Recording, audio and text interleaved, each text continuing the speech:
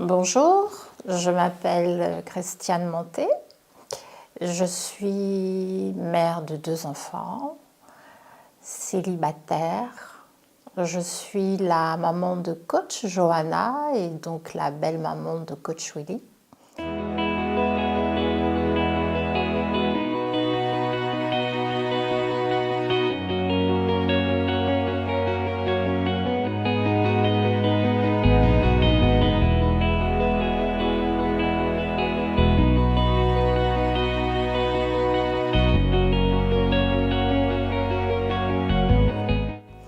J'ai le plaisir de venir ici vous exposer mon expérience, faire un témoignage et vous dire que après un certain nombre d'années d'existence, rien n'est pas perdu.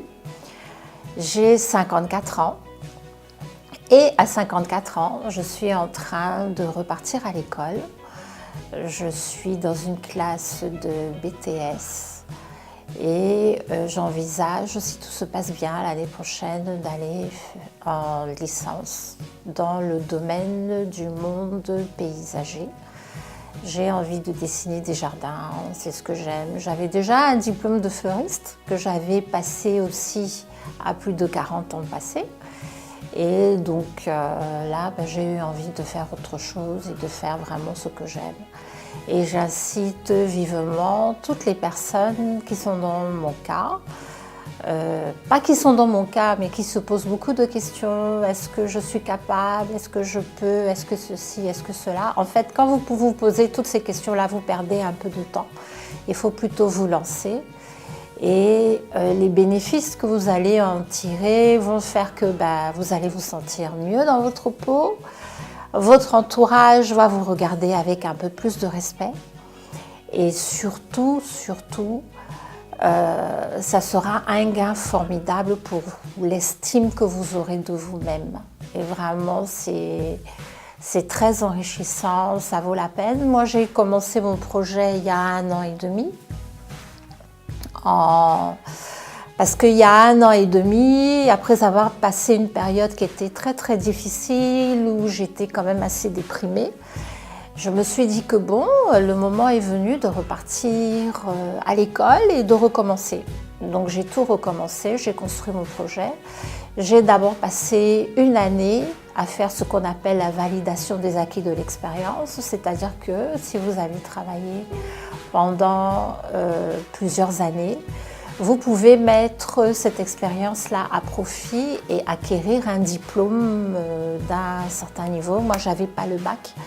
Et d'ailleurs, j'étais très fière de ne pas avoir mon bac puisque je travaillais et que je gagnais ma vie et que le fait de ne pas avoir ce bac-là ne m'avait jamais dérangée.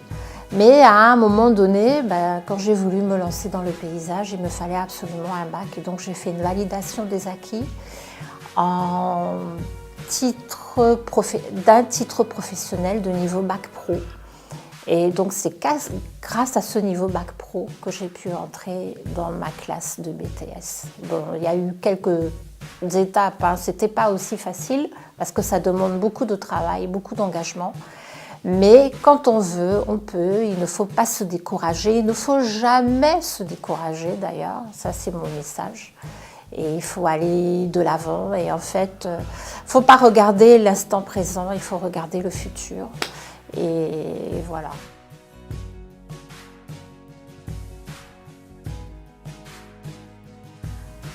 Question. Pourquoi je fais ça? Pourquoi je repars à l'école? Pourquoi je me lance dans les devoirs? Pourquoi je me retrouve à une rentrée scolaire avec un cartable, avec des crayons et des gommes et du papier?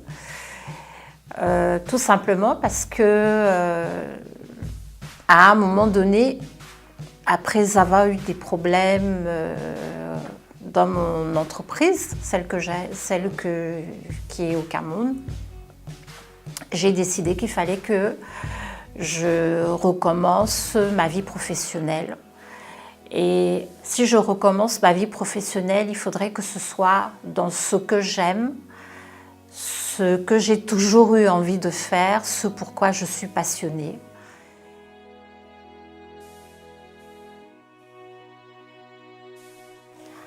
Mes projets futurs, évidemment, d'ici 1 an avoir mon BTS, d'ici 2 ans avoir ma licence, et après je vais m'arrêter parce que je pense que j'aurai déjà fait assez ma part d'études.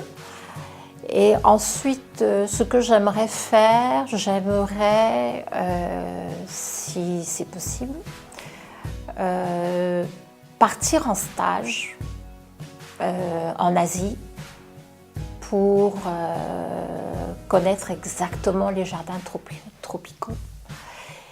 Les jardins tropicaux, il y en a qui sont célèbres, ce sont ceux qui sont hors d'Afrique. Moi, je parle des jardins tropicaux d'Afrique. Or, il se trouve qu'en Asie, nous avons à peu près la même végétation et j'aimerais bien la connaître et vraiment, j'aime beaucoup leur manière de faire et ça m'intéresse assez parce que j'aimerais bien appliquer ça en Afrique et pouvoir travailler en Afrique. Je me lance en tant que concepteur en paysage parce que j'aimerais travailler avec les architectes. J'aimerais apporter quelque chose de nouveau. Pour le moment, c'est un peu flou, mais quand j'aurai acquis plus de connaissances et plus de bases, mon projet sera déterminé. Et puis, peut-être, on ne sait jamais, vous qui êtes en train de regarder cette vidéo, peut-être un jour je viendrai dessiner votre jardin.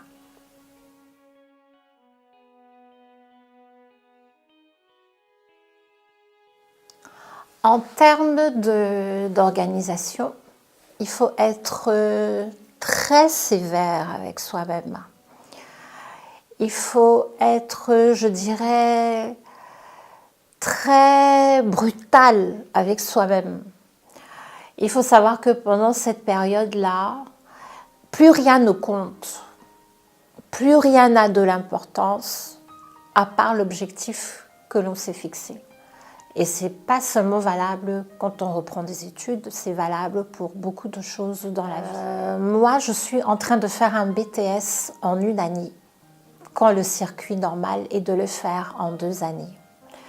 Dans la formation pour adultes que je suis en train de suivre, je dois, moi, organiser mon temps parce que je suis en contrôle continu, donc j'ai des contrôles tout le temps.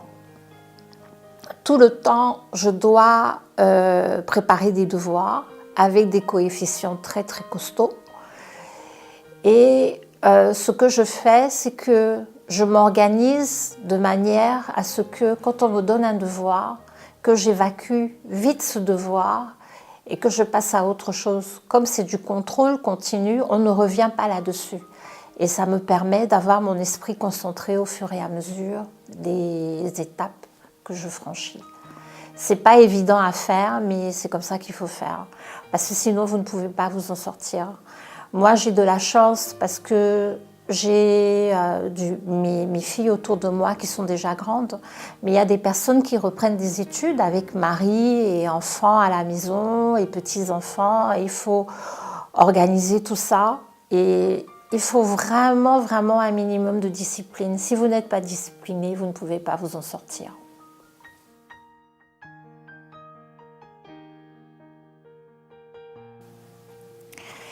La société actuelle met beaucoup de limites aux gens. Mais en fait, ce sont les gens qui se limitent eux-mêmes. Il ne faut pas avoir peur de changer sa manière de faire ou sa manière de voir pour atteindre un objectif. Il ne faut pas avoir peur de remettre tout en question pour atteindre un objectif. Il faut apprendre à lâcher prise. Moi, j'ai eu une entreprise, j'étais chef d'entreprise, je faisais beaucoup de choses. J'étais quand même à un niveau assez important puisque j'étais présidente d'une association de PME. Et j'avais un niveau de relation que l'on m'enviait beaucoup et qu'on m'envie même encore.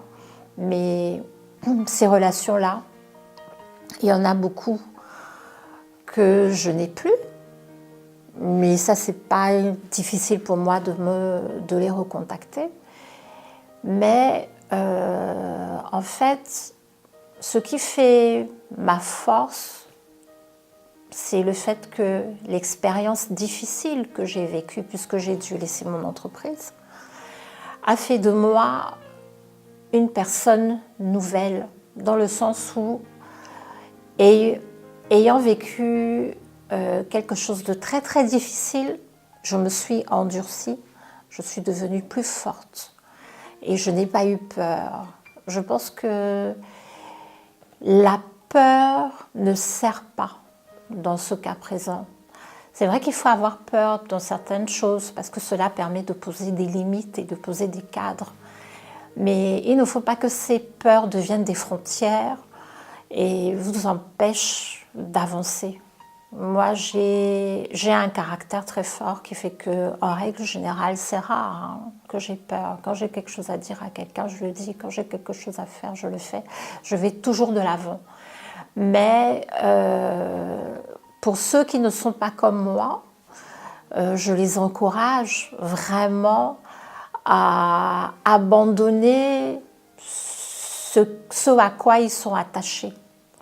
Parce qu'à un moment donné, vous pouvez vouloir faire quelque chose et vous allez vous retenir. Et il ne faut pas se retenir.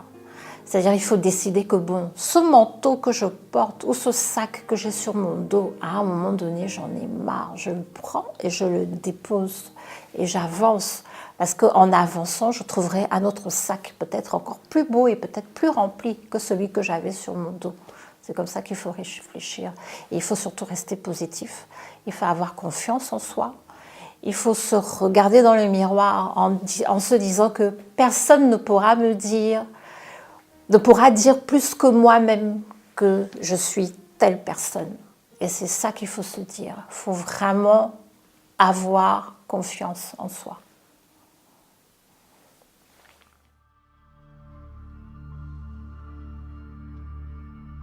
Qu'est-ce que j'aimerais que l'on retienne de moi? J'aimerais qu'on retienne de moi que j'étais une personne battante, que j'étais une personne qui avait du caractère, que j'étais une personne qui n'avait pas peur de se remettre en question, ou en fait qui n'a pas eu peur de se remettre en question. Et je l'ai fait souvent. Et j'aimerais qu'on retienne de moi que j'étais quelqu'un qui était très gai et qui aimait rire et qui aimait sa famille. C'est ça que j'aimerais qu'on retienne de moi.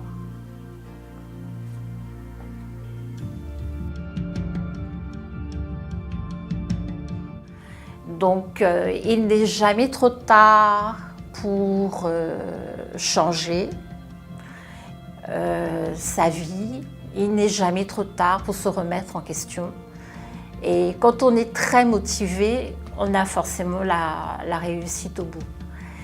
Et ce qui se passe aussi, c'est que je me dis aussi que ma dernière fille, Andrina, qui est en train de faire des études, elle a pendant longtemps